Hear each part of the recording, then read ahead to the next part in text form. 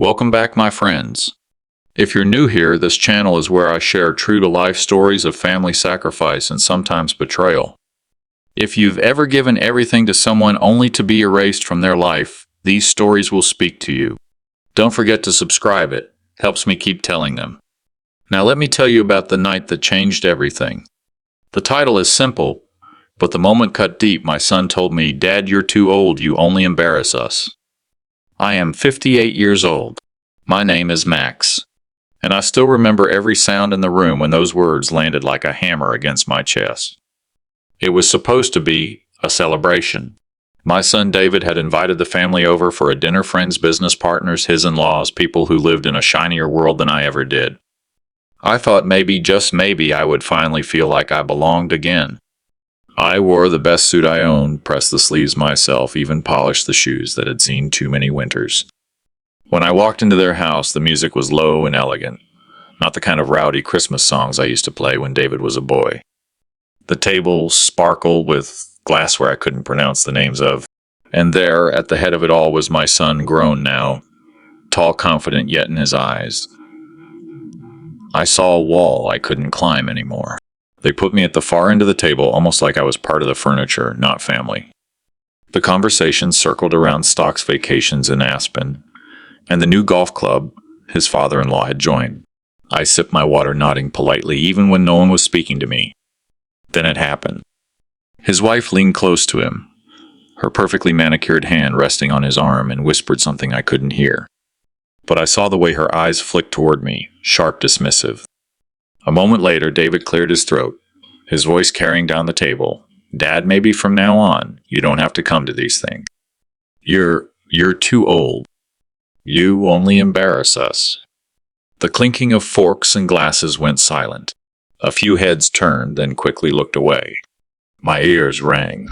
My hands trembled under the table, and I pressed them against my thighs to steady the shaking. I wanted to speak. I wanted to shout, to remind him that the roof over his head once came from the calluses on my hands, that every mortgage payment he missed, I quietly covered, that when he fell in love with Jenna and wanted to impress her family, I sold off the last piece of land I owned to keep his dream alive. But in that moment I couldn't. The words locked in my throat, trapped behind the lump rising in it. My son, my only son, had just looked me in the eyes and told me I was nothing but shame in his world. I caught Jenna's gaze across the table. Her lips curved not into kindness, but into something closer to victory. She had wanted me erased for years. And now, with one sentence, she had won. The rest of the evening blurred. Laughter returned, conversations resumed, but they no longer reached me. I was an outsider at my own family's table, staring at plates I couldn't taste, lights I couldn't see, voices I couldn't hear. When the dinner ended, no one stopped me at the door. No one thanked me for coming. I stepped out into the cold night, the snow crunching under my shoes, and realized for the first time in my life, I was not just getting older. I was being replaced. And that was the night I decided quietly, secretly, that I would never let those words be the last chapter of my story. I didn't always feel invisible. There was a time when my name meant something, even if it was only to a few people in a small town. Back then, the world didn't see me as a burden. They saw me as a builder. When David was a boy, he would follow me around job sites with a little plastic hard hat on his head. He'd hold my tape measure like it was a sword and pretend he was in charge. I used to laugh until my stomach hurt watching him measure door frames 3 times taller than he was. I wasn't rich. I didn't have a college degree or investors or fancy business cards. What I had were 2 hands, a truck, and a willingness to work harder than the next man. I laid bricks in the heat of July, hammered nails in the biting cold of January, and poured concrete when everyone else said the weather was too rough. The first house I ever built on my own still stands on Lincoln Street. I drive past it sometimes, and I can still see the ghost of my younger self hauling lumber, sweat dripping into my eyes, my back aching, but my heart full. Because I wasn't just building walls and roofs, I was building a future for my boy. When David was 12, he broke his arm falling off his bike. The hospital bill nearly crushed us, but I worked double shifts for months until it was paid. I'd come home late, my clothes stiff with sawdust and sweat, and find him asleep on the couch waiting for me. He'd mumble, "You're the strongest dad in the world," before drifting back to sleep. Those words carried me through the lean years. The times when dinner was peanut butter sandwiches, when the heater barely worked, when Christmas presents were tools I'd bought secondhand and wrapped in newspaper. None of it mattered because my boy believed in me. And as long as he believed, I believed too. I started a small company, nothing fancy, just Max's home repair. At first, it was patching drywall, fixing leaky roofs, replacing broken doors. But word spread. Folks liked that I showed up on time, charged fair prices, and didn't cut corners. Within 5 years, I had 3 guys working for me. Within 10, we were taking contracts for full remodels. I remember the day I bought our house, the one David grew up in. A 2-story with peeling paint and a yard overrun with weeds. The bank officer shook my hand and said, "Are you sure, Max, this place is a fixer-upper?" I laughed and said, "That's the point." I painted those walls myself, sanded the floors until they shined, built the porch swing where David and I would sit on summer nights eating popsicles. It wasn't perfect, but it was ours. And every nail I drove into that house, I drove with pride. So when David called me a burden, too old in embarrassment, my mind snapped back to those years. To the sweat and the sacrifices, the long nights and early mornings, the faith I carried when no one else would. I don't say this to boast. I wasn't a hero. I was just a father who did what fathers are supposed to do. But to be told after everything that my value had expired, that cut deeper than any hammer blow or saw blade ever could. I sat in my small living room after that dinner staring at my hands. They're not what they used to be, knuckles swollen, veins raised like old roads, skin toughened by decades of work. But these hands had built homes, paid bills, carried a boy to bed, and held a woman I loved until the day she passed. And now, to my own blood, they were nothing more than a reminder of age, of weakness. The truth is, I wasn't angry yet. Not fully. What I felt most was grief, the kind that doesn't come from death, but from being forgotten by the very people you lived for. That night, I poured myself a glass of the cheap bourbon I keep in the cabinet. I sat in the dark, the only light coming from the street lamp outside, and whispered into the emptiness I used to matter. 2 weeks after that cutting remark, I got another invitation to dinner at David's house. I almost didn't go. Every bone in my body told me to stay home, to spare myself the humiliation of being pushed aside again. But some part of me still held on to hope, the same part of me that remembered that little boy in a plastic hard hat shadowing me on job sites. So I went. The house was glowing when I arrived. Warm lights poured from every window, spilling across the driveway. I could hear laughter even before I rang the bell. When the door opened, the smell of roasted meat and wine hit me rich and inviting. For a moment, I thought maybe things would be different. "Dad," David said. His smile polite practiced. He kissed Jenna on the cheek before turning to usher in another couple behind me, barely acknowledging I was there.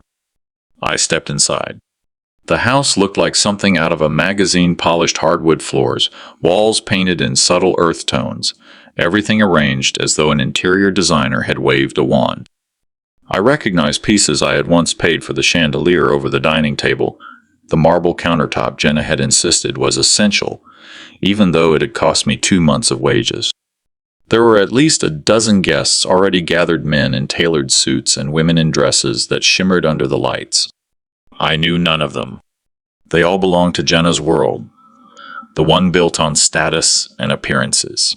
When the meal was served, I noticed where I was seated.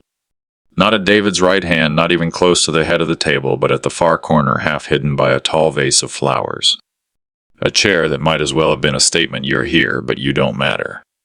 Conversations swirled around me like smoke I couldn't catch. Stocks, rising, vacations in Italy, the latest wine club membership. Every so often, a laugh would burst down the table, and I would smile faintly, pretending to understand a joke I hadn't heard. My plate sat heavy in front of me. I poked at the food, though my appetite had vanished the moment I walked in.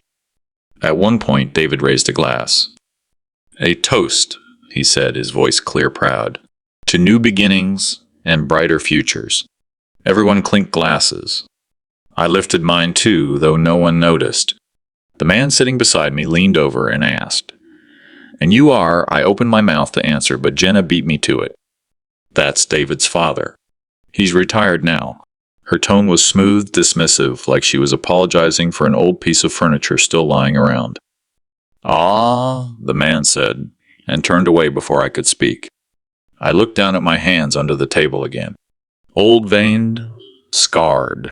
These were the hands that had put the roof over David's head, the hands that had signed checks, the hands that had built the foundation of everything in this room. But to these people I was invisible. Worse, I was a liability. As the evening stretched on, I felt myself shrinking.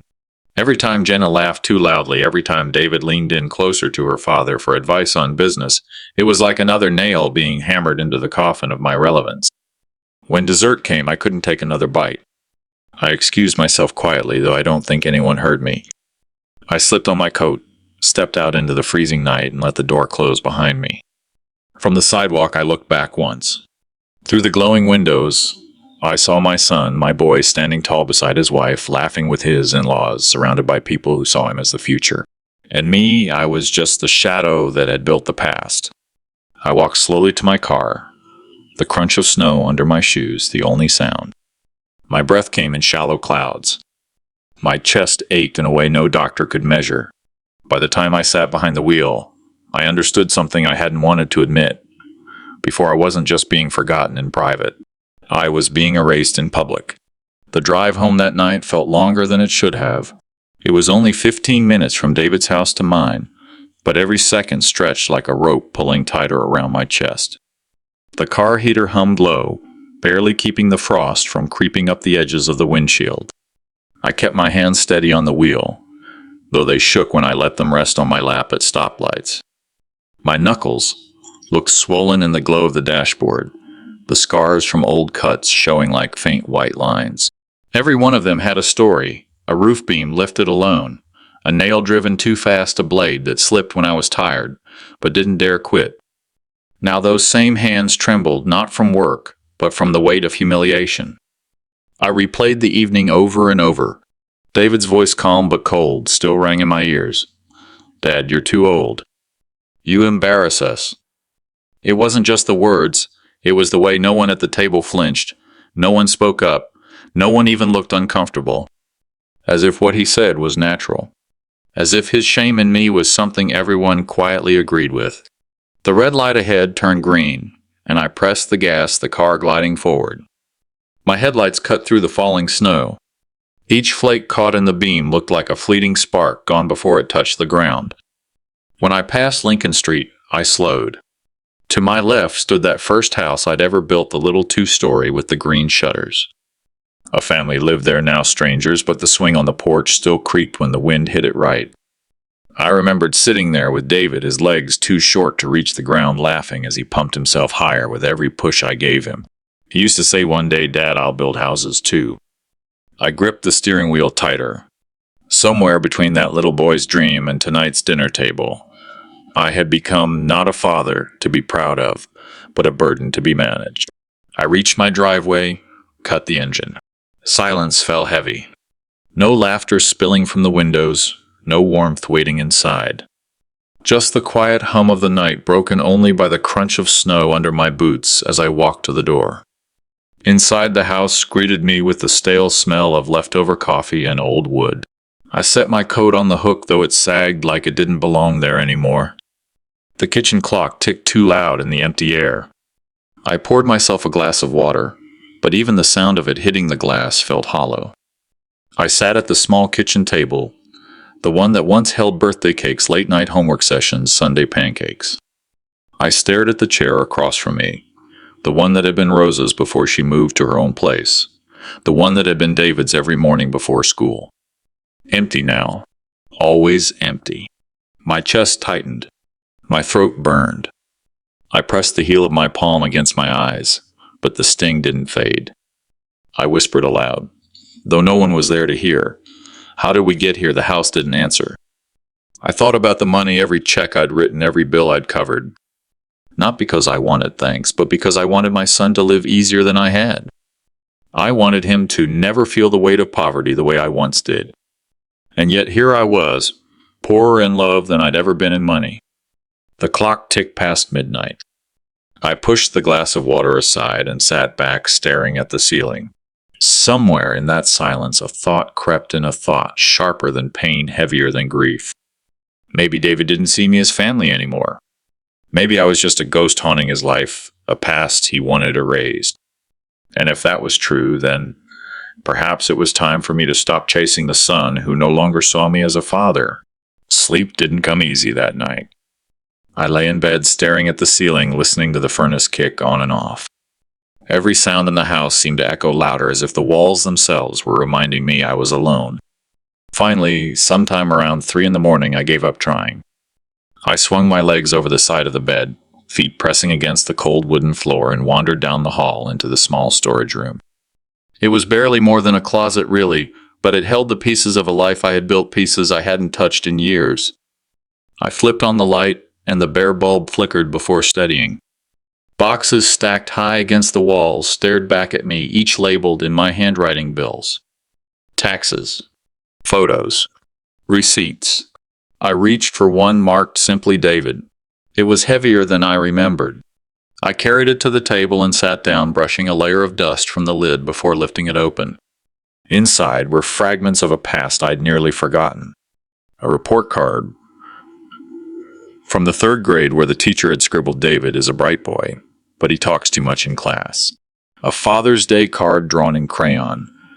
The stick figure version of me holding a hammer with the words, "My dad builds everything." I smiled, but it was a fragile smile, gone as quickly as it came. Beneath those papers were the reminders of what it had cost me to keep that little boy's dreams alive.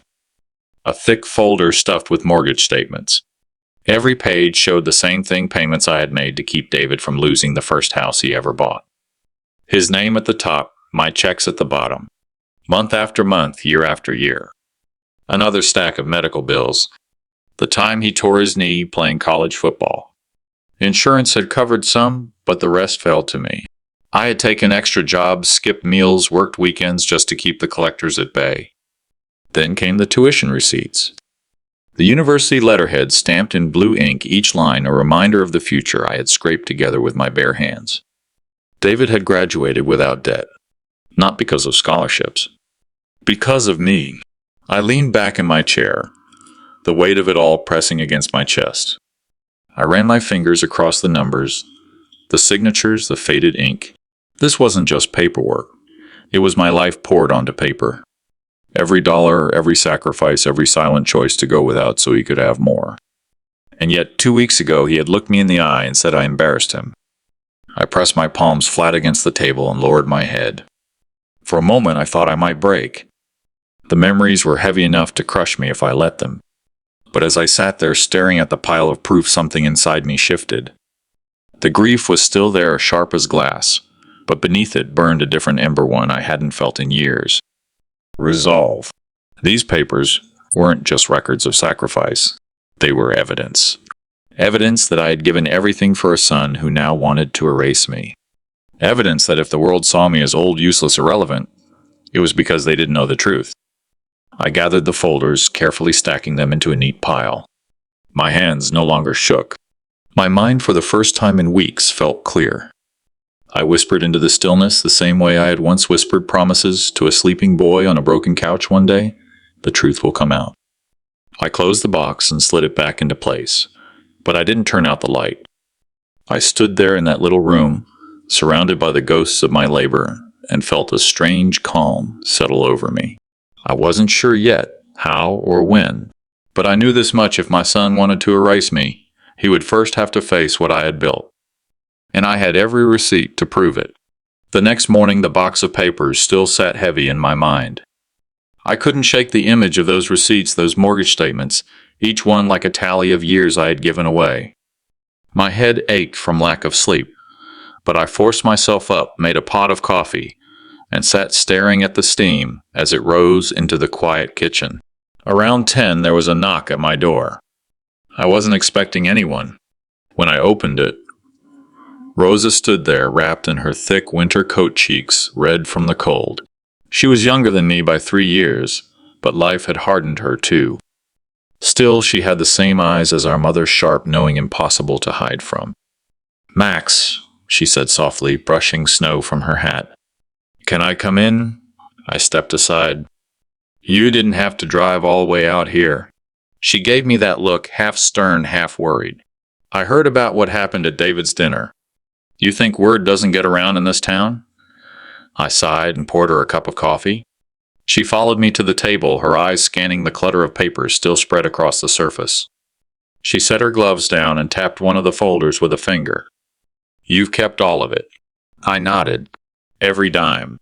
Every sacrifice. All right, here. Rosa opened one folder, skimmed a page, and shook her head. You paid off his mortgage for 2 years straight. Max, her voice cracked. And now he treats you like she stopped herself, closing the folder gently. I leaned back in my chair, rubbing my temples. He doesn't see it. Or maybe he doesn't want to. To him, I'm just old. A reminder of where he came from. Something he'd rather forget. Rosa sat quietly for a moment, the only sound the ticking clock on the wall. Then she reached across and placed her hand over mine. Her palm was warm, steady. You're not a burden, she said. You're his father, and one day he's going to regret every word he said to you. I swallowed hard, my throat tightening. I wanted to believe her, but the memory of that dinner table was still too fresh, the sting too sharp. Rosa leaned back, her eyes narrowing, as if a thought had just struck her. Max, you've spent your whole life giving. To him. To everyone. But when's the last time you demanded respect in return? I didn't answer. Because the truth was, I never had. She gestured to the stack of papers. You have everything right here. The proof of what you've done. Don't let them erase you. Make them see it. Her words struck deep like a hammer hitting true. Make them see it. For a long time, I just sat there staring at the folders, the faded ink, the evidence of a life's work. Outside, the wind rattled the bare branches against the window. Inside, Rosa's words echoed louder than the storm. I thought of that dinner table, the dismissive glances, the polite laughter that excluded me. I thought of Jenna's smirk, David's silence, the empty seat shoved to the corner like I didn't belong. Maybe Rosa was right. Maybe it wasn't enough to sit in silence hoping they'd remember. Maybe they needed to be reminded. Publicly. Clearly. In a way no one could deny. Rosa stood after finishing her coffee. She pulled on her gloves and wrapped her scarf tighter. At the door, she paused and turned back. Max, she said, her voice firm but kind. Stop carrying the weight alone. If they won't honor you willingly, then you show them why they should. I watched her drive away, the taillights disappearing into the snowy morning. Her words lingered long after she was gone. For years I had buried my sacrifices in dusty boxes, convincing myself they were just part of being a father. But as I stood in that quiet house, I realized something had changed. I wasn't just a father anymore. I was a man with proof. And maybe, just maybe, it was time to use it. A week later, Rosa called again. David and Jenna are hosting a New Year's dinner, she said cautiously. Are you going? I hesitated. My pride told me to stay away, but a stubborn, aching part of me somewhere deep in the hollow space where fatherly hope refused to die said I should at least try. One more chance. One more evening to prove I still belonged at my son's table. So I went. When I arrived, the house was even brighter than before. Strings of silver lights curled around the porch railing. Music drifted out from the open windows, something jazzy, lively. I walked inside, carrying a bottle of wine I'd saved a small peace offering. The moment I stepped through the door, Jenna's eyes found me. Her smile was sharp, stretched, too tight, the kind of smile meant to cover annoyance rather than joy. Max, she said, her tone light but clipped. You made it. David followed behind, patting my shoulder quickly before turning to greet another guest. His warmth was thinner than the winter air outside. The dining room was full again. Laughter floated up from the table, glasses clinking. I noticed where my seat was placed at the far end, almost against the wall. Not next to David, not near the center. Again, pushed aside. I sat down quietly, forcing a polite smile as conversation swirled around me. The topics were the same: promotions, new cars, upcoming trips. Each story was told with the gleam of success, and each time I opened my mouth to add something, someone else spoke louder, quicker, smoother. Halfway through the meal, David stood up with a grin. "I'd like to propose a toast," he said, raising his glass.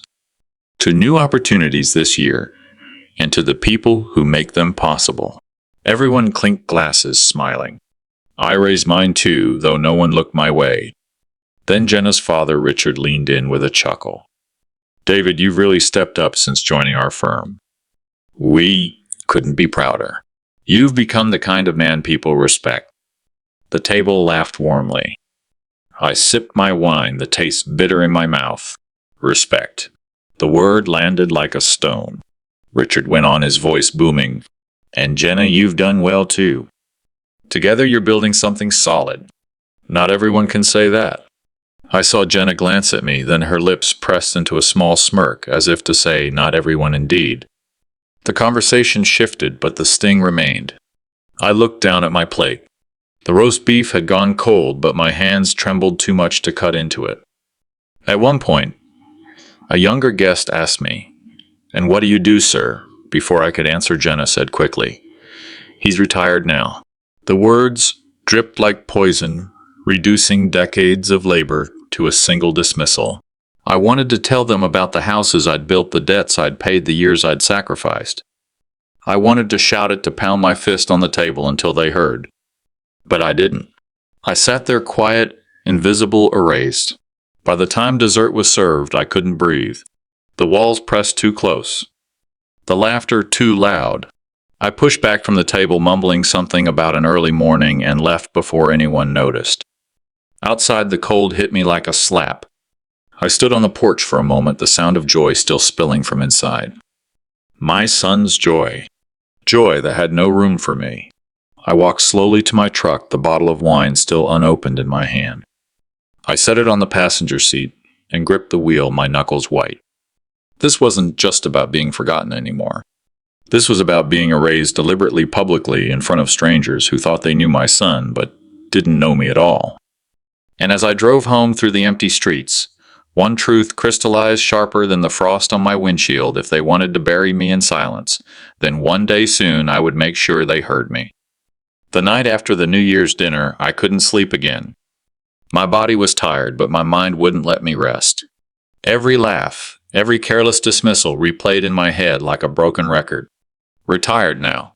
That's all Jenna had said. 2 words, and suddenly decades of labor had been erased.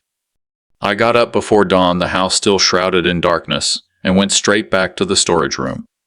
The box I had opened days ago sat waiting for me. But this time I didn't stop at just one.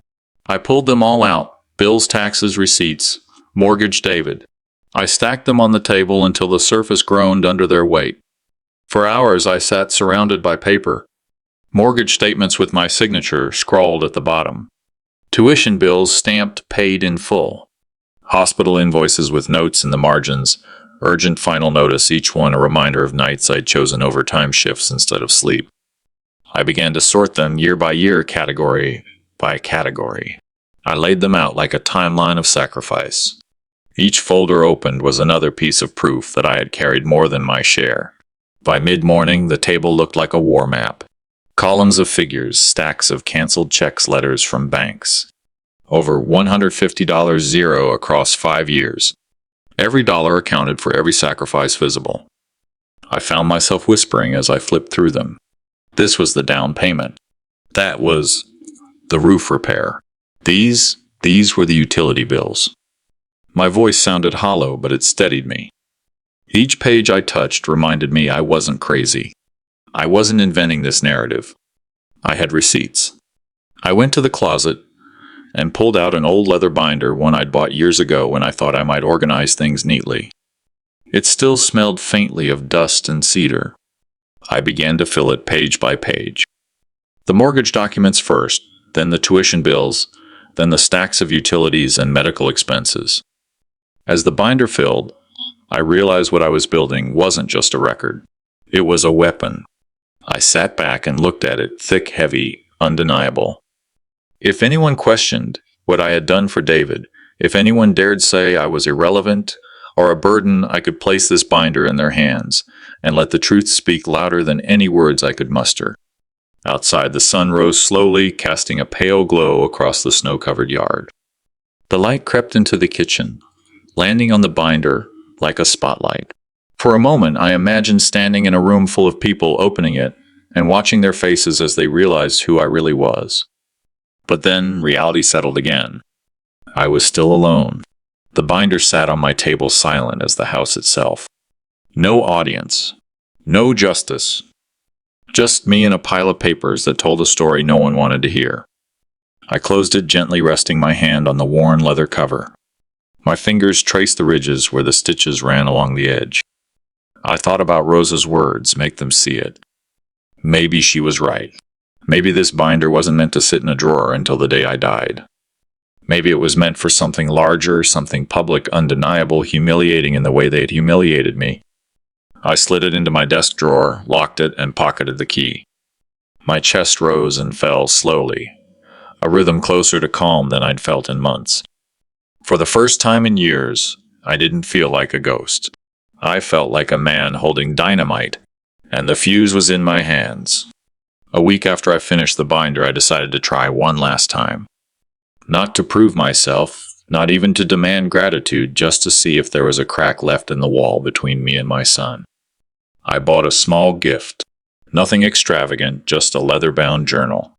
David used to love writing when he was younger, scribbling ideas for inventions and business schemes. I thought maybe he could use it again, jot down thoughts between meetings, remember that once he had a father who encouraged his dreams. It was a Saturday afternoon when I drove to his house. Snow fell lightly, dusting the street in white. Their driveway was full: Jenna's SUV, David's new sedan, and another sleek car I didn't recognize, probably one of Jenna's relatives.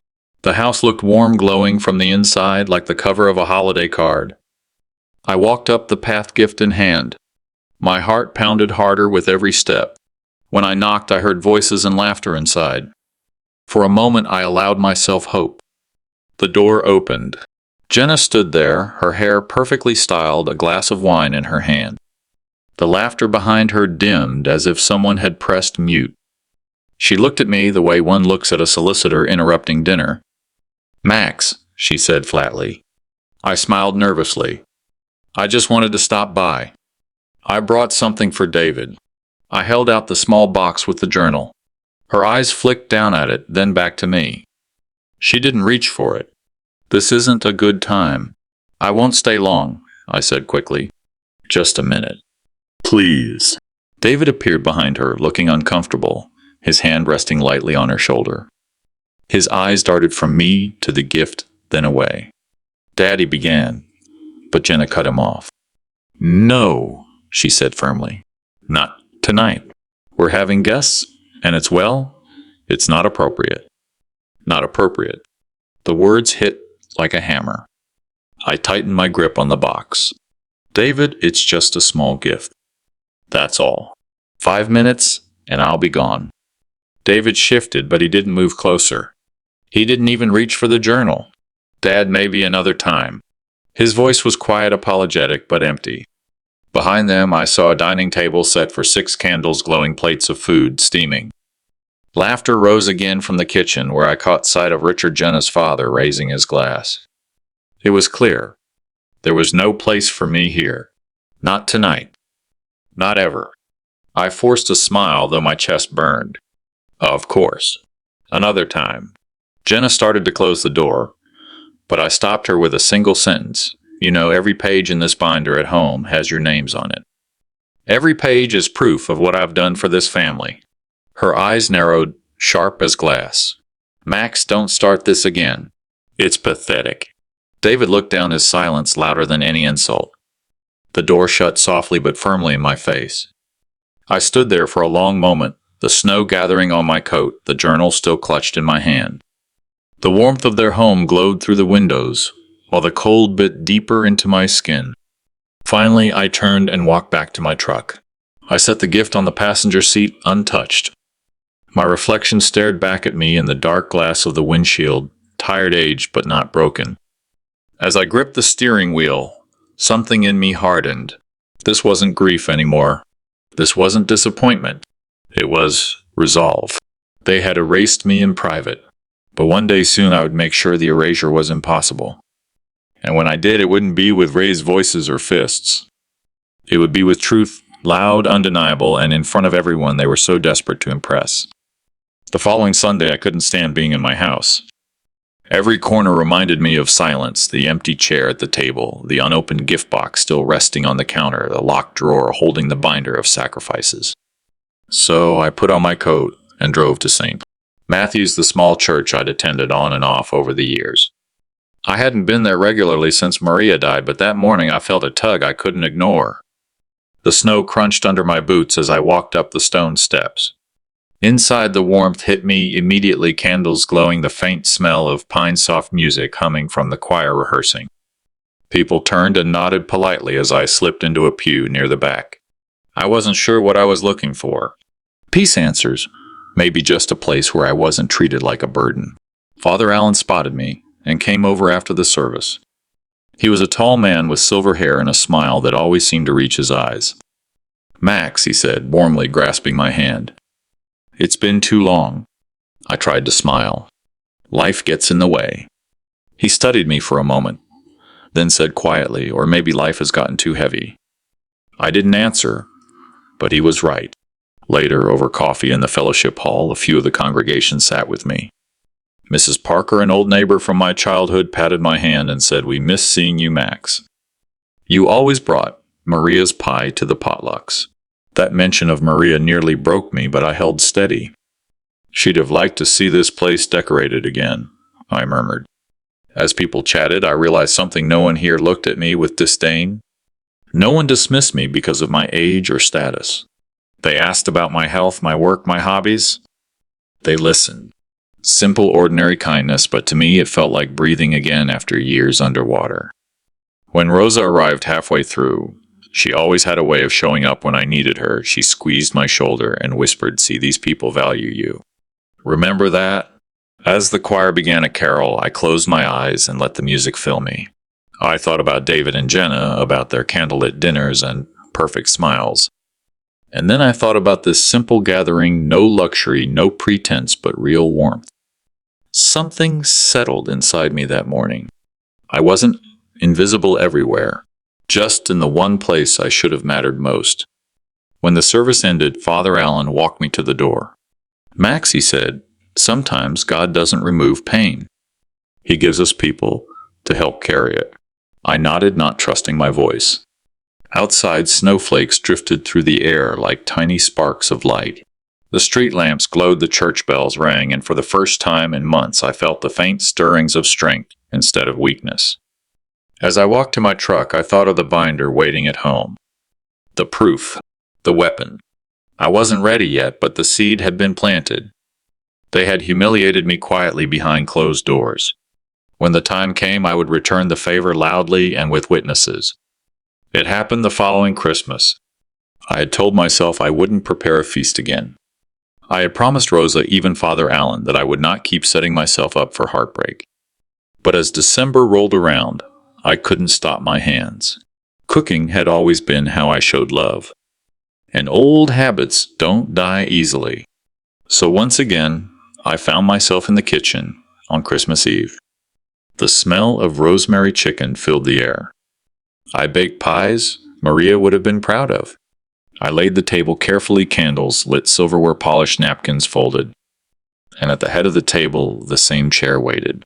David's chair. Hope is a dangerous thing. Even after years of disappointment, a father clings to it like a drowning man clings to driftwood. The hours passed. I checked the window every few minutes, listening for the crunch of tires on snow. But the driveway stayed empty. The phone stayed silent. At 7:30, the food grew cold. By 8:15, the candles had burned halfway down. By 9:00, I stopped looking. Finally, just after 9:30, the phone rang. My heart jumped. But the voice on the other end was not David's. It was Jenna. "Max," she said briskly. "David wanted me to call. We're staying at my parents' tonight. It's easier with the baby." I gripped the receiver so hard my knuckles whitened. "I cooked dinner," I whispered. "I'm sure you did." she replied, her tone sweet but sharp. But our family already has traditions, and it's important for David to be part of them. Our family. Not his family. Not me. The line went dead before I could respond. I sat there for a long time, the phone heavy in my hand, the silence deafening. Then I set it down and looked around the table.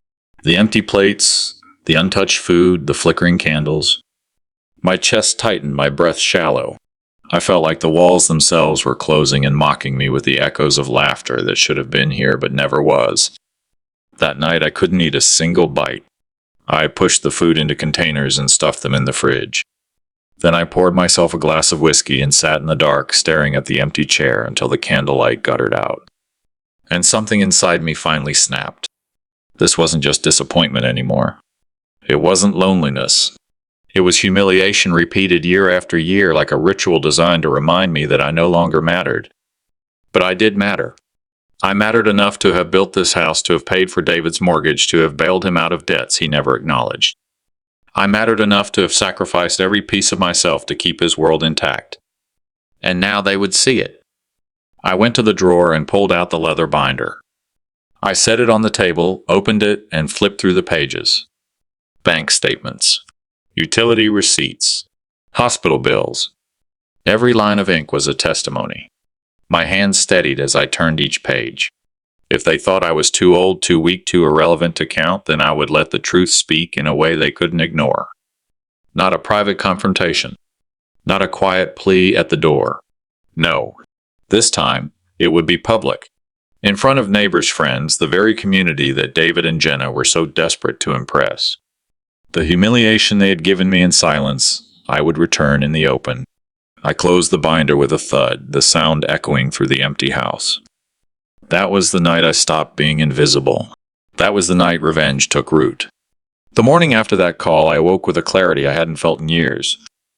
The house was still quiet, the air still cold, but something inside me had shifted. The grief that once weighed me down had hardened into something sharper. Purpose. I brewed a pot of coffee, black and strong, and carried the leather binder to the kitchen table.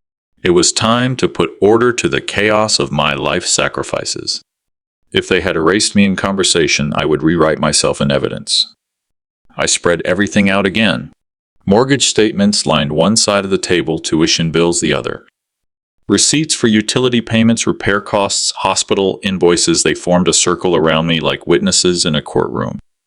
Each one carried my name in ink, proof that I had been the foundation beneath their perfect life. Slowly, carefully, I began to catalog them. January to December. Year by year. 5 years of bailing them out, 5 years of paying bills they couldn't cover, 5 years of giving up things for myself so that David and Jenna could live without struggle. Every line item told a story. $2, 0 new roof shingles. I remembered climbing up myself to check the work, sweating under the July sun.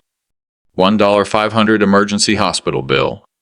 I could still hear David's panicked voice over the phone that night, and how quickly I said yes without hesitation. $12, 0 down payment assistance. My own retirement fund had taken the blow, but the smile on his face then had been worth it, or so I thought.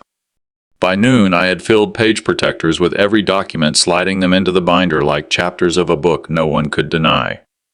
I even typed summaries and slipped them into dividers: housing, education, medical, utilities, personal loans. When I finally closed the cover, the binder was thick, heavy. A record, a weapon, a mirror. I leaned back in my chair and let out a breath I didn't know I'd been holding. For years I had carried these sacrifices silently, as if hiding them somehow made me noble. But all it had done was allow them to forget, or worse. It never happened. Not anymore. As the afternoon light slanted through the window, I began to imagine it standing in a room filled with people holding this binder, flipping page after page, as their smug faces turned pale. They loved their social circle, their dinner parties, their curated image of success, their illusion of superiority. But what would happen when that image was shattered, when everyone saw that the foundation of their comfort was not their hard work or pedigree, but an aging father they dismissed as too old? The thought filled me with a grim satisfaction. For once, I wasn't just imagining survival. I was imagining justice. I closed the binder again and rested my hand on it. The leather felt warm under my palm, almost alive. It was more than paper now. It was vindication waiting for its stage. Still, part of me wavered. Would David understand if I showed him quietly father to son? Would he remember the nights I stayed up late building his science projects, the weekends I skipped rest to cover his sports trips? Would he finally see me not as a burden, but as the man who carried him this far? I shook my head. That hope was the same poison I'd swallowed for years. Quiet talks hadn't changed anything. Knocks at the door, gifts, dinners, they all ended with the same rejection. No, this wouldn't be quiet. This would be public. The humiliation they gave me in silence would return to them in a place they couldn't escape, among their friends, their neighbors, their church, their entire community. I slid the binder into a canvas bag and tucked it safely into the bottom drawer of my desk. Then I locked it with a small key and placed the key on my keychain. From that day forward, I no longer saw myself as a forgotten old man. I was a man with evidence, with a plan, and with nothing left to lose. The only question now was timing. And Christmas, I thought, smiling faintly to myself, always brought the perfect audience. Once the binder was finished, I carried it around in my thoughts like a secret weapon. Every day I touched the canvas bag just to reassure myself it was there waiting. It gave me strength, but also urgency. Justice means little without an audience, and I needed to choose mine carefully. I thought about showing up at David's house unannounced, binder in hand. I pictured Jenna's perfect smile cracking as I laid the truth across her dining table in front of her guests. But no, that would give her too much control. She would twist it, spin it, lock me out before a word was said. No. If this was to happen, it had to be on my ground, not theirs. That's when the idea of a dinner came to me. Christmas was approaching again, the third one they would spend without me. While they filled their house with Jenna's family and catered meals, I would set my own table. And this time, I wouldn't sit alone. I started small. A visit to Mrs. Henderson next door. She had been kind to me every holiday, always dropping off a plate of cookies when she saw my porch light burning late.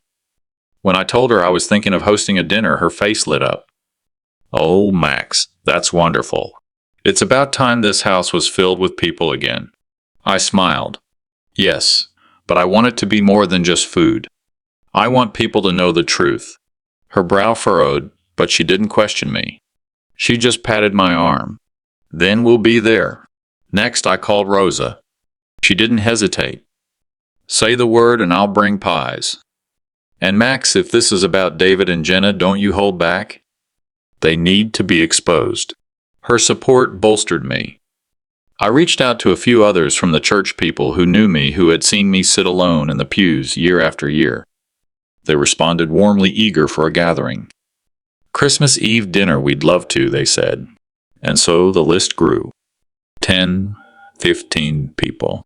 Not family by blood, but people who treated me like family nonetheless. People who would hear, see, and bear witness. As I sent the final invitation, I sat back and looked around my kitchen. For the first time in years, I didn't feel like I was preparing to beg for a place at someone else's table. I was creating my own. Of course, part of me still ached. I knew David and Jenna wouldn't come. They had made their choice clear long ago. But the empty chair at my table this time would not be a symbol of weakness. It would be a stage prop, a reminder of the absence they created. And when the moment came when I opened that binder in front of everyone, the empty chair would scream louder than words. I spent the next week planning. The menu, the seating, the timing. I polished Maria's silverware until it gleamed. I ironed the tablecloth she had embroidered years ago. Every detail mattered. I imagined it like a performance, every dish and decoration a backdrop for the truth. I would host with warmth, feed everyone well, and when the moment was right, I would rise, open the binder, and speak. No bitterness, no shouting. Just facts steady and undeniable. For years, David and Jenna had used silence as their weapon, ignoring me, erasing me quietly. Now I would use sound, the truth spoken out loud with witnesses. On the calendar, I circled the date in red, December 24, Christmas Eve. It was no longer just a holiday. It was my reckoning. On Christmas Eve, the house glowed the way Maria used to make it glow. Lights strung along the porch twinkled against the snow candles flickered inside, and the smell of roasted turkey, cinnamon, and butter filled every corner. For the first time in years, it didn't feel like a tomb. It felt alive. Guests began arriving just after 6. Mrs. Henderson brought her famous pecan pie. Rosa carried in 2 apple crisps, and Father Allen came with a bottle of sparkling cider. Laughter and greetings spilled through the hallway as coats piled up on the rack that had been collecting dust for far too long. "Max, it's beautiful," Mrs. Parker whispered, her eyes wide as she looked around the decorated living room. Maria would be proud. Her words settled deep in me, a warmth I hadn't felt in years. The dining table, long neglected, was now set with its full glory. Maria's embroidered tablecloth silverware, polished until it gleamed, crystal glasses catching the candlelight. And at the head of the table sat a chair, empty, its cushion smoothed, its place setting prepared just like all the others. David's chair. No one asked about it. Not at first. They chatted as they took their seats, complimenting the food, telling stories about the weather, their children, the town. But I noticed their glances, quick, curious, darting toward the empty seat and back again. As the turkey was carved, as dishes were passed around, the chair remained untouched. I poured wine for everyone, but left that glass full, untouched, glittering in the candlelight like a quiet accusation.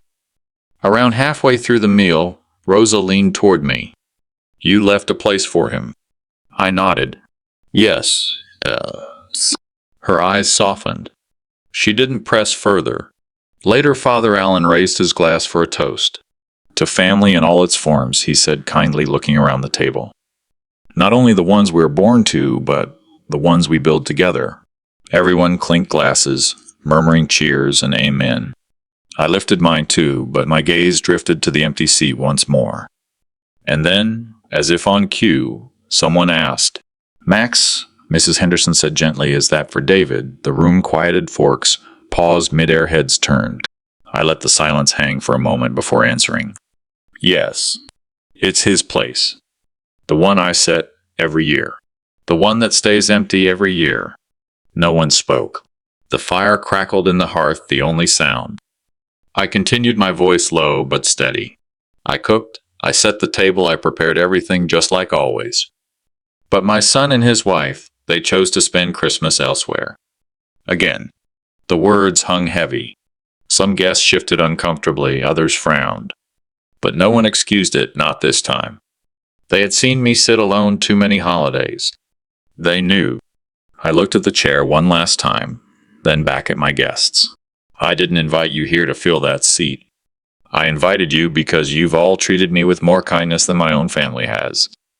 Tonight, I want witnesses. I want the truth to be heard." The air shifted. The chatter was gone, replaced by a tense, expectant quiet. People exchanged glances, realizing that dinner was only the beginning. I reached under the table and touched the canvas bag resting by my feet. Inside, the binder waited heavy and ready, its pages filled with every sacrifice I had ever made. But not yet. Not until the moment was right. I poured myself a glass of cider, raised it high, and said, "Tonight is about more than food. Tonight is about truth." The guests raised their glasses with me, some solemn, some confused, but all attentive. And in that instant, the empty chair stopped being a reminder of my loneliness.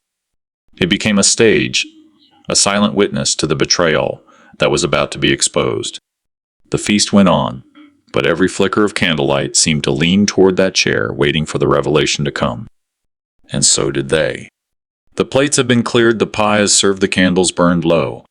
Conversation had dwindled into the kind of quiet that settles when everyone is waiting for something they can't name. My hand rested on the canvas bag at my feet, and I knew it was time. I stood slowly. The room hushed. Even the crackle of the fire seemed to fade. I carried the bag to the head of the table, his chair, and set it down. Friends, I began, my voice unsteady. At first you shared my table tonight, and for that, I thank you. But I didn't bring you here only to eat. I brought you here to hear the truth. I reached into the bag and pulled out the heavy binder. The leather creaked as I placed it on the tablecloth right in front of the empty chair. This seat, I said, laying my hand on it, belongs to my son David. For 3 Christmases, it has stayed empty. And every year I told myself maybe next time, maybe he'll come. But he never did. Some of the guests exchanged looks, their expressions sympathetic, others grim. What most of you don't know, I continued, is what this binder contains. I opened it slowly. The plastic sleeves glimmered in the candlelight. Page after page of bills, receipts, statements. These are the records of the last 5 years of my life. Proof of every sacrifice I made, not for myself, but for him. For his family. For a life he built on my back. I flipped to the first section. Here I said, holding up a mortgage statement, $2,800 every month for 60 months. $168,000. Paid from my account so that my son and his wife could keep their house. Gasps rippled around the table. I turned the page. Here, utilities. 6 months of electric bills. 5 months of water. Even the internet. Because Jenna's freelance works couldn't go offline, but apparently my grocery list could wait. My voice steadied. It grew firmer, louder. Here, hospital bills. $12,000 for a surgery. They called me in tears that night. I didn't think twice. I sold what was left of my savings. I turned another page, slapping it flat. Here, college tuition for Jenna's graduate program. $35,000? My retirement gone. I let the silence grow. Faces around the table were tight with shock. Mrs. Henderson's hand covered her mouth. Father Allen's brow furrowed in disbelief. Rosa wiped at her eyes. Muttering, "My God, Max," I took a breath. In total, $237,000. That's what I gave. My entire life savings, every bit of security I had left. And do you know what I got in return? I slammed the binder shut. The sound echoed through the room like a gavel. I got erased. The word hung heavy, sharper than any accusation. They call me too old. Embarrassing. A burden. They cut me off from holidays, from their table, from my own grandson. And still, I sat this chair. Still, I waited. I looked at each of them in turn. The weight in my chest broke free, not as tears this time, but as fire. Well, I'm done waiting. I grabbed the binder, lifted it high, then dropped it hard against the table. Glasses rattled, silverware clinked. This is the truth. This is what I carried while they pretended I didn't exist. A murmur spread around the table. Outrage, disbelief, sorrow, it all mingled together. Max, Mrs. Parker whispered, "They can't deny this." "No," I said firmly. "They can't, and they won't, because I will no longer let silence be my prison. Tonight you are my witnesses. Tonight the story belongs not to them, but to me." I turned toward the empty chair. My hands shook, but my voice stayed strong. "David, if you ever hear this, know this: you sat here because I built this life for you. And you abandoned it. You abandoned me." The room stayed silent, heavy with the truth I had finally spoken. No one moved. No one dared to speak. And then quietly, Rosa clapped. Once. Twice. Slowly, the sound grew as others joined in applause, swelling, echoing through the dining room. Not polite, not hesitant, fierce, affirming. "You did right, Max," Mrs. Henderson said, tears in her eyes. "You took back your voice." For the first time in years, I felt taller, stronger. The chair was still empty. But for once, it didn't mean defeat. It meant victory. And this was only the beginning. The applause faded into a stillness that was heavier, deeper than before. I could feel every eye in the room on me, waiting to see what I would do next. The binder sat on the table, its weight pressing down like a tombstone over my years of sacrifice. I looked at it for a long moment. Then I reached for it, my fingers curling around the cracked leather cover. I kept these papers because I thought they mattered, I said, lifting it up for everyone to see. I thought they were proof of my worth, proof that I was still a father, still needed. But what they really became, I shook the binder, the pages rattling like old bones. What they really became was a chain around my neck. The guests sat silently, their faces lit by the warm glow of the fire. I turned toward the hearth flames, flickering low beneath the logs. I've fed their lives with my blood, my sweat, my savings. I gave and gave and gave until there was nothing left for me. And for what to be told, I was too old, too embarrassing. Not worth a seat at the table. My throat tightened, but I pushed the words through. No more. I stepped toward the fireplace. The binder felt heavier with each stride, as if it knew this was the end. I knelt in front of the flames, feeling the heat on my face, the sting of smoke in my eyes. Behind me, someone whispered, "Max, are you sure?" I nodded without looking back. Yes. Because these papers aren't my life. They aren't my love. They're just numbers. And numbers can be burned. I pulled out the first sleeve, mortgage receipts. The paper gleamed white against the firelight. My hand trembled, then stilled. For every month I paid, for every sacrifice I made, while they treated me like nothing, I said, my voice firm, I release it now. I dropped the sleeve into the flames. The paper curled, blackened, then caught the ink, bleeding into ash. Gasps echoed behind me. Someone began to cry softly. I pulled out another hospital bills. For the nights I went without sleep, without food, worrying how to cover what they couldn't, I whispered. I release it. The bill disappeared in the fire. The flames leapt higher, crackling with energy as if they fed not just on paper, but on the years of silence, humiliation, and pain. One by one, I fed the fire. Tuition bills, utility receipts, credit card statements. The binder emptied and the fire roared. The heat washed over me, but instead of burning, it cleansed. It stripped me of the weight I had carried too long. I rose to my feet and held up the now empty binder. The guests watched transfixed as I tossed it whole into the flames. The leather hissed and cracked, releasing a smell of old ink and scorched glue. The fire swallowed it whole. I turned back to the table. For years, I was their silent provider. Tonight, I am my own man again. I will no longer beg for love. I will no longer finance rejection. The silence that followed was not the silence of awkwardness. It was reverence. The kind that falls when people witness something bigger than themselves. Then slowly, the applause returned. Not polite this time, not hesitant. Fierce.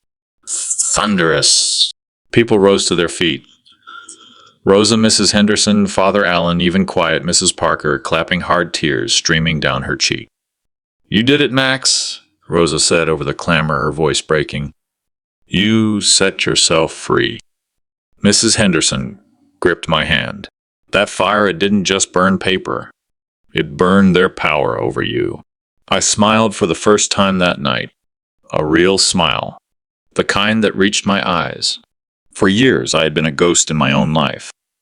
A provider with no place.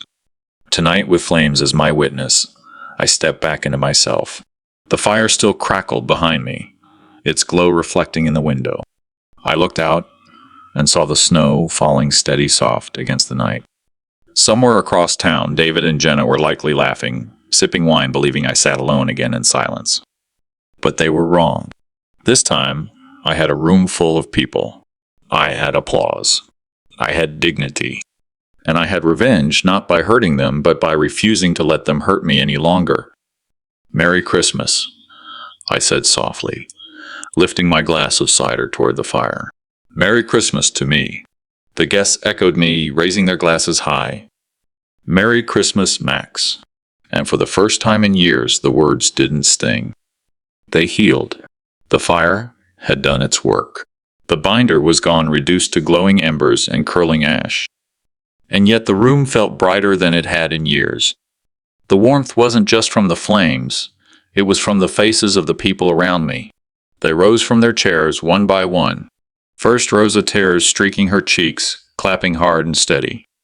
Then Mrs. Henderson, her frail hands surprisingly strong against each other, Father Allen stood next, his deep voice ringing out above the noise. To Max, he declared, lifting his glass. The others echoed. The dining room thundered with applause and shouts of approval. People clapped until their palms turned red, until their voices cracked. It was more than celebration. It was vindication. I had lived so long with silence, with rejection, with the feeling that I was a ghost sitting at my own table. But here in this moment, I was seen. I was heard. I was not erased. Mrs. Parker stepped forward, her voice trembling. Max, tonight you did something most of us only dream of. You took your life back. Don't ever think you're alone again. Her words sank deep. For years, I'd convinced myself that if David turned away, the world turned away with him. But here were neighbors, friends, even acquaintances standing shoulder to shoulder with me. You gave your son everything, Rosa said, her voice sharp now, almost angry, and he treated you like nothing. But tonight, Max, you showed him. You showed all of us what real strength looks like. Applause broke out again, stronger, echoing off the walls. It wasn't the polite clapping of sympathy, it was the raw sound of justice. I could feel my chest loosen, my shoulders lighten. For years I had carried those papers, those numbers, as proof of my worth.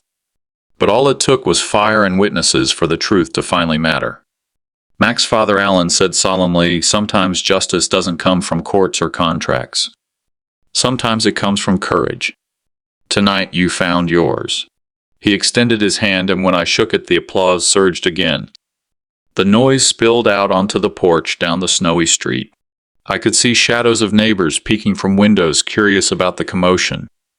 Some even opened their doors, catching bits of laughter, and clapping carried on the cold air. Inside, the celebration grew. Mrs. Henderson placed her pecan pie in front of me, cutting me the first slice. You've been giving pieces of yourself away for too long, she said firmly. Now take one back. I laughed, the sound rusty, but real. It startled me how good it felt. For the first time in a long time, I felt surrounded not by family who demanded and dismissed, but by community who gave without expecting anything in return. The empty chair still sat at the head of the table, its glass untouched, its cushion unsat. But it no longer mocked me. It no longer haunted me. Tonight, it bore silent witness to the fact that even in his absence, David could not erase me, because I had filled the room without him. As the applause finally settled into conversation and warmth, Mrs. Parker leaned toward me. Max, she whispered, word will spread. People will talk. And that's a good thing. She was right. Small towns had long memories and news traveled fast. By tomorrow, half the community would know not just about my sacrifices, but about the fire that revealed the act of liberation. And by next week, everyone would know. For years, David had lived off the illusion that he was self-made, respected, admired. That illusion was gone now, burned to ash, along with the binder. And it wasn't just me who knew the truth anymore, it was everyone. I raised my glass again, this time steady, strong. To truth, I said simply. To truth, they answered. And the applause returned, rolling through the house like a tide, washing away years of silence and leaving something new in its place, dignity. By the next morning, the snow had stopped falling, but the air buzzed with something heavier than winter. I stepped out onto my porch with a cup of coffee, steam curling into the cold. Across the street, Mrs. Parker was already shoveling her driveway. She paused, leaned on her shovel, and called across, Max, you were brave last night. Her voice carried, and I noticed curtains twitch in neighboring houses. The story was already moving faster than the snowplows.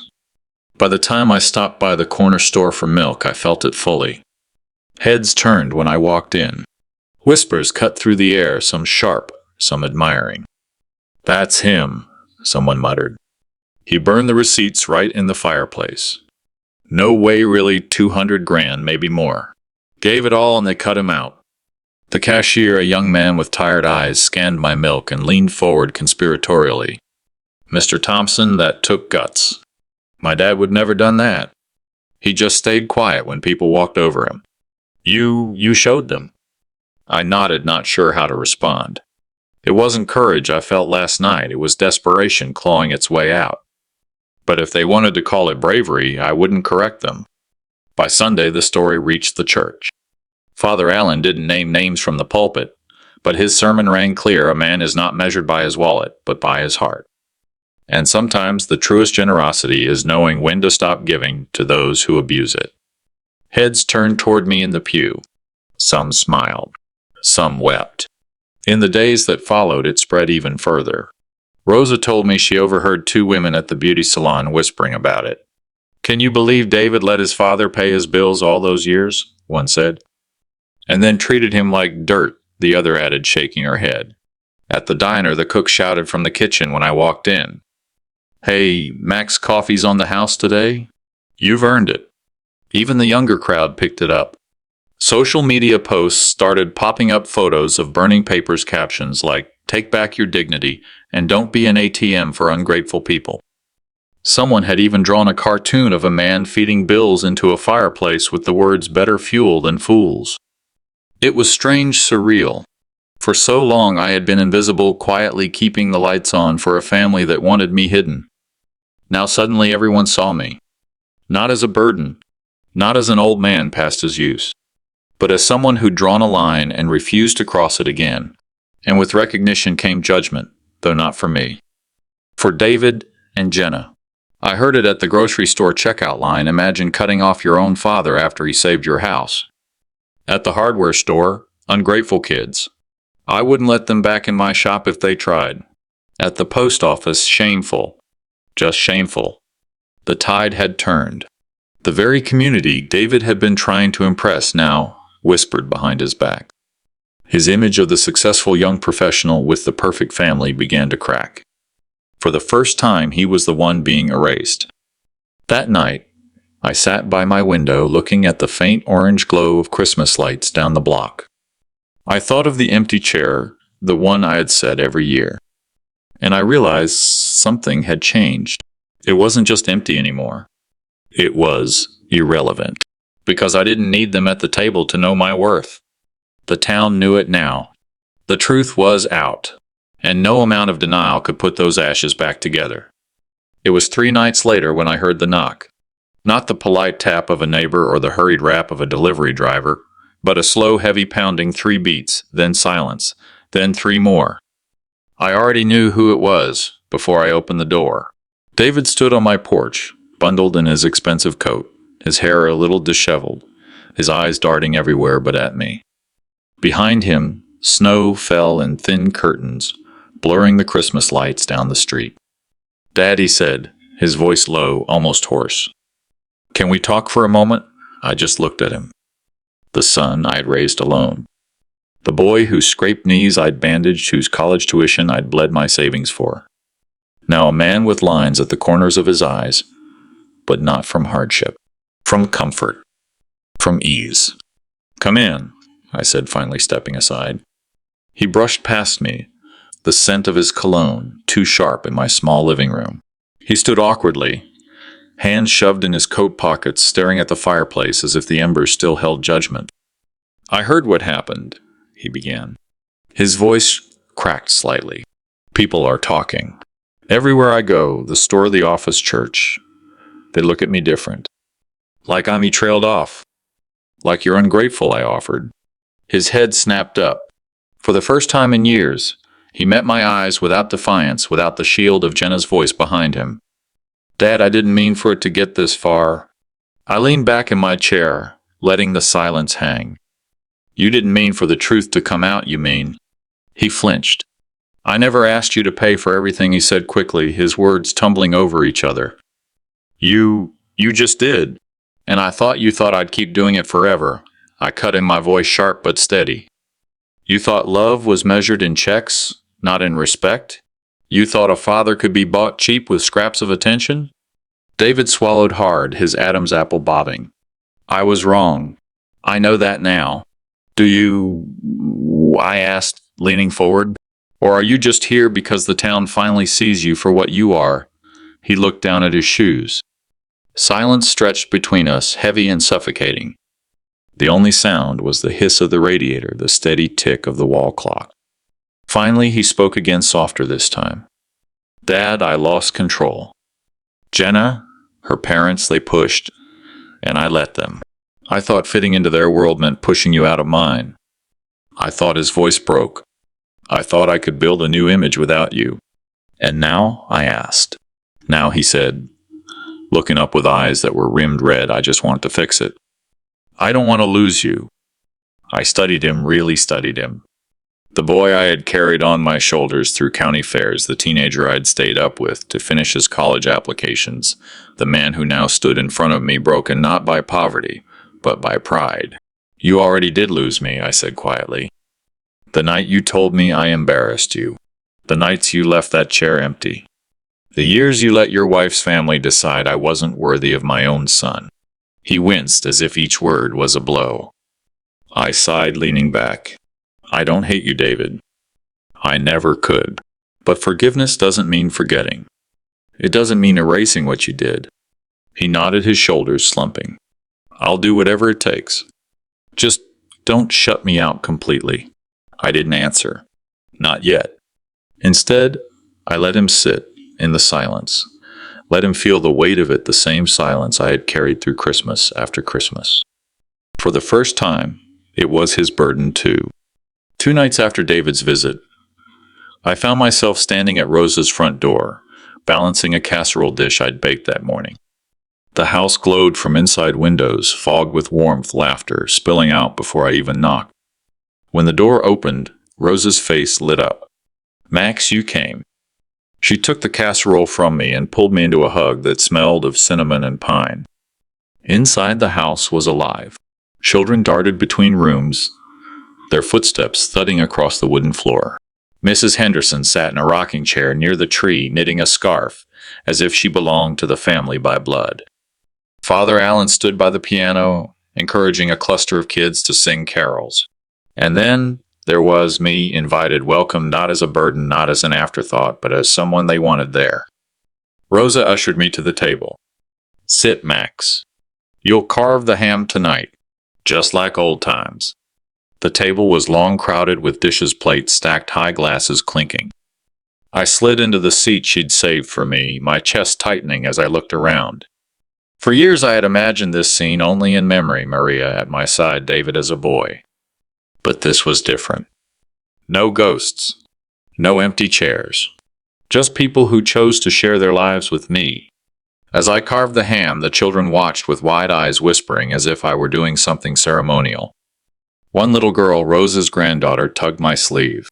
You cut it like Grandpa used to. Her words nearly undid me. I swallowed hard, steadied my hands, and smiled down at her. Maybe your grandpa and I learned from the same book. The room buzzed with warmth. Toasts were raised. Laughter rippled. And with each passing moment, I felt something inside me settling like a puzzle piece finally clicked into place.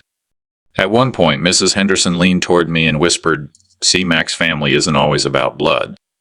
Sometimes it's about love that shows up. Her words echoed through me. Love that shows up. That was the difference. Later, as the carols filled the living room, Rosa's oldest son handed me a glass of wine. To you, Max, he said, for reminding us what dignity looks like. The group raised their glasses in unison. I clinked mine gently against theirs, my voice rough. To family, the kind that doesn't leave you behind. Cheers filled the room loud and strong. I thought of my own house, of the empty chair, of the cold meals left uneaten, of the silence that had once swallowed me whole. And then I looked around Rosa's table, saw faces smiling back at me, heard voices calling my name, felt hands squeeze mine in gratitude.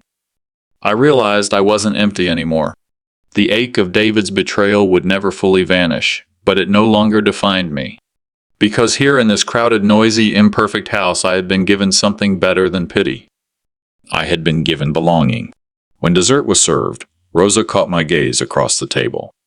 She mouthed 2 words, welcome home. And for the first time in years, I believed them. It was a quiet Thursday evening when I heard the knock. Not the heavy, guilty pounding of David, but a light, uncertain tap, almost shy. I opened the door, expecting Rosa or Mrs. Henderson with leftovers. Instead, I froze. There he was. A boy. No, not quite a boy anymore. 16, maybe 17. Tall with David's shoulders, but softer eyes that caught the light like Maria's used to. He shifted on his feet, hands jammed into the pockets of his hoodie. "Hi," he said, his voice deeper than I expected, but still carrying that unsteady rhythm of youth. Are you Max Thompson?" I swallowed hard. "Yes," I managed. He nodded. "I'm Samuel. Your grandson." The words hung in the winter air, heavier than snow, heavier than regret. For years I had been told I wasn't worthy of meeting him, that I would embarrass him, poison him with my simplicity, drag him into my world of grease-stained hands and unpaid mortgages. And yet here he stood on my porch, his breath fogging the air, his eyes searching mine. "May I come in?" he asked. I stepped aside before my voice could betray me. Inside, Samuel looked around, his gaze moving across the living room, the framed picture of Maria on the mantel, the quilt Rosa had made me, the stack of old books by my chair. He didn't wrinkle his nose. He didn't smirk. He just looked curious and quiet. "Dad doesn't know I'm here," he admitted, perching on the edge of the couch. "Neither does Mom. But people talk. And I heard about what you did." "What I did?" I asked cautiously. "The fire," he said simply. "The papers. The money. Everyone at school's been whispering about it.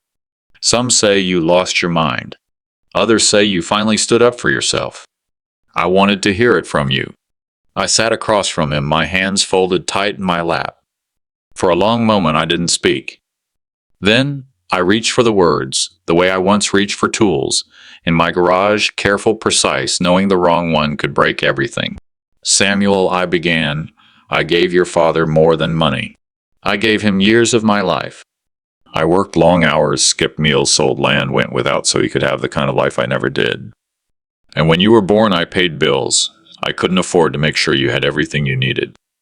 But instead of gratitude, I was pushed aside, labeled an embarrassment."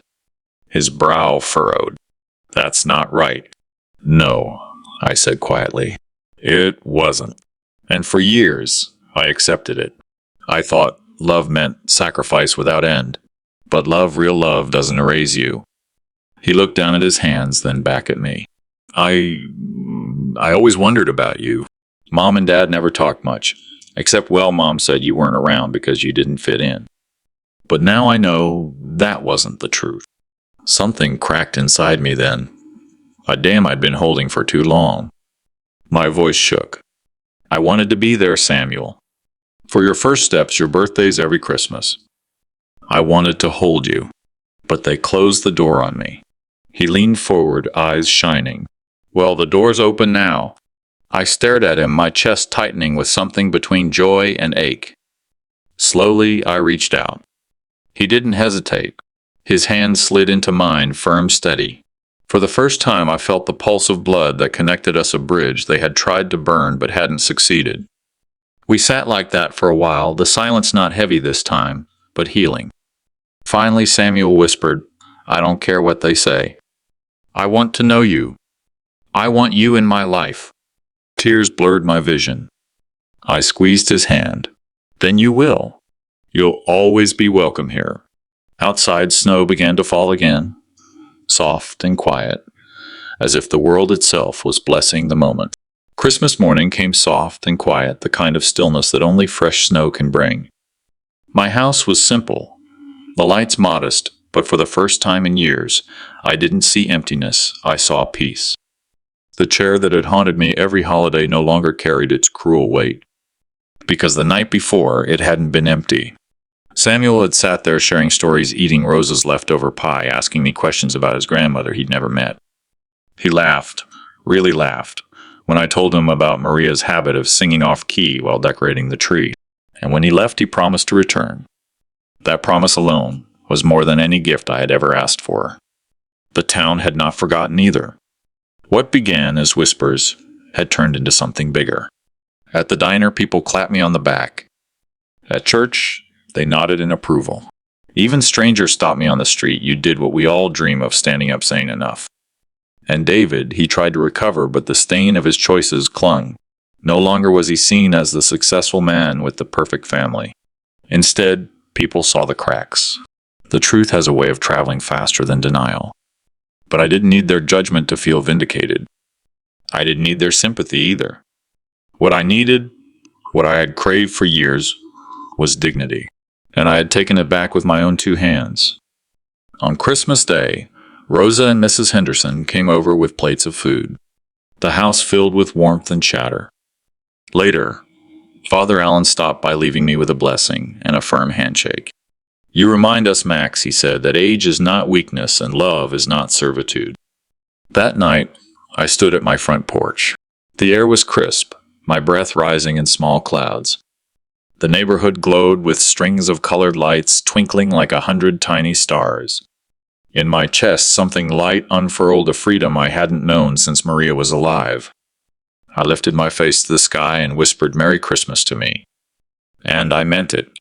For so long I had believed family was obligation, that to love was to give and give until there was nothing left of me. But I learned that true family, whether by blood or by choice, doesn't demand your silence. They don't erase you when it's inconvenient. They show up. They make room. They see you. That night, Samuel's words replayed in my head, "I want to know you. I want you in my life." And I knew the cycle had shifted. Whatever mistakes his parents made, the next generation had a chance to begin again with honesty, with respect. I wasn't just a father cast aside anymore. I was a grandfather chosen. And to those listening to my story now, I want you to hear this. Your worth isn't measured in how much money you spend or how many sacrifices you make in silence. Your worth is in the love you give freely and the boundaries you set fiercely. Don't let anyone convince you otherwise. So, as the year turns and another Christmas fades into memory, I leave you with this hold: close the ones who hold you back. Let go of those who only take. And never be afraid to claim your dignity, even if it means standing alone by the fire. Because sometimes that's when you find out you were never really alone at all. Thank you, my friends, for walking this road with me, for listening, for remembering that stories like mine aren't just about pain, they're about rising again. From my heart to yours, I wish you peace, health, and the kind of family that shows up, whether by blood or by love. Merry Christmas. God bless you. It was mid-January when the letter came. The holidays had passed. The lights were down from the houses on my street, and life had settled into its winter rhythm: quiet mornings, snow-shoveling afternoons with books and tea. I thought the storm of gossip and humiliation had finally died down. But then I opened my mailbox. Inside was a plain white envelope, my name scrawled in handwriting I recognized instantly, David's. My first instinct was to tear it in two, to toss it straight into the trash, like the years of silence he'd gifted me. But something in the uneven strokes, the hesitation in the letters, made me pause. I carried it inside, set it on the kitchen table, and stared at it for a long while. The clock ticked. My tea cooled. Finally, I broke the seal. The letter was brief, barely half a page. Dad, I don't know how to say this face to face. The truth is, Jenna's parents are furious with us. They said your little stunt ruined their reputation, and now they're cutting us off. Jenna blames me for not controlling you. She's threatening to leave. I don't know what to do anymore. I feel like I've lost everything. But the worst part isn't what people are saying. It's Samuel. He keeps asking questions I can't answer. He looks at me different, like he sees through me. I can't sleep knowing he might turn away from me the way I turned away from you. I'm sorry. I don't deserve forgiveness, but I needed to write this. David, I read it twice, then 3 times. My hands trembled, not with anger, but with something closer to sorrow. Because hidden between the lines was the truth. I had long waited to hear my son finally understood what it felt like to be erased. He had built his life on appearances, on borrowed money and borrowed pride. And now, stripped of it all, he was left with the silence I had carried for so long. I folded the letter, neatly slid it back into the envelope, and placed it in the drawer beside Maria's photo. That evening, I told Rosa about it over coffee. She studied me with her sharp, knowing eyes. So, will you call him? I shook my head. Not yet. Not while he's still looking for me to fix his mistakes. And Samuel? She asked. A smile tugged at my lips. Samuel came to me by choice. That's different. He wants to build something real. David, I sighed. David still wants to patch over cracks with borrowed glue. Mrs. Henderson, sitting in her rocker, chimed in. Max, sometimes the hardest revenge isn't fire and fury. Sometimes it's making them live with the consequences. Her words landed deep. She was right. I didn't need to storm into David's house or shout in the streets. I had already spoken my truth, already burned the papers, already claimed my dignity. Now it was his turn to carry the weight. That night, as I watched the snow fall through the window, I thought of Samuel's hand in mine, of Rose's laughter, of the way the church bells rang on Christmas Eve, when I finally felt free, and I realized the revenge was already complete. Not because David suffered, but because I no longer did. I whispered to the empty room, the rest is up to him. And for the first time, I meant it. The snow has melted now, though patches still cling to the corners of the yard where the sun doesn't quite reach. Life has settled into something gentler, something I once thought was lost to me. I still sit in my old chair by the window, Maria's photograph watching over me. But instead of silence, the house now carries echoes, Samuel dropping by after school, Rosa bringing casseroles, neighbors stopping in just to chat. The kind of warmth I used to chase desperately from those who wouldn't give it, I now receive freely from those who choose to. Looking back, I see it all so clearly. For years, I let myself believe love was sacrifice without end. That a good father gave everything even if it meant being erased. But the truth I want you to carry with you is that real love doesn't erase. Real family doesn't silence you. This story wasn't easy to tell. It carried shame, loneliness, betrayal. It carried nights staring at an empty chair wondering what I had done wrong. But I've come to understand that sometimes the greatest revenge isn't shouting louder. It's standing firm, refusing to vanish, and letting the truth speak for itself. And the sweetest justice, it isn't found in making others hurt the way you did. It's in reclaiming your dignity and building a life where their absence no longer defines you. Samuel taught me that. When he walked through my door and said, "I want to know you," I realized something I'd forgotten. Love can skip a generation and still find its way home. The blood that was denied to me through silence came back through his voice. And that was enough. More than enough. Now when I think of Christmas, I no longer think of the cold chair. I think of the night the fire roared in my fireplace, burning away years of sacrifice that had chained me. I think of the neighbors applauding, the community lifting me, the dignity I took back with my own 2 hands. I think of freedom. And so as I close this chapter, I want to leave you with this. Don't measure your worth in what you give to people who refuse to see you. Don't let your sacrifices become your chains. If they cannot honor your love, then honor yourself by letting go. Because family, real family, are the ones who show up. And sometimes they aren't the ones you expected. To everyone listening, thank you. Thank you for walking through these memories with me, for holding the weight of my story in your heart for a little while. I don't know your life, your struggles, your betrayals. But I do know this: you deserve respect. You deserve love that shows up. You deserve dignity. So tonight, from my home to yours, I wish you peace. I wish you health. And I wish you the kind of family that doesn't just share your name, but shares your burdens and your joy.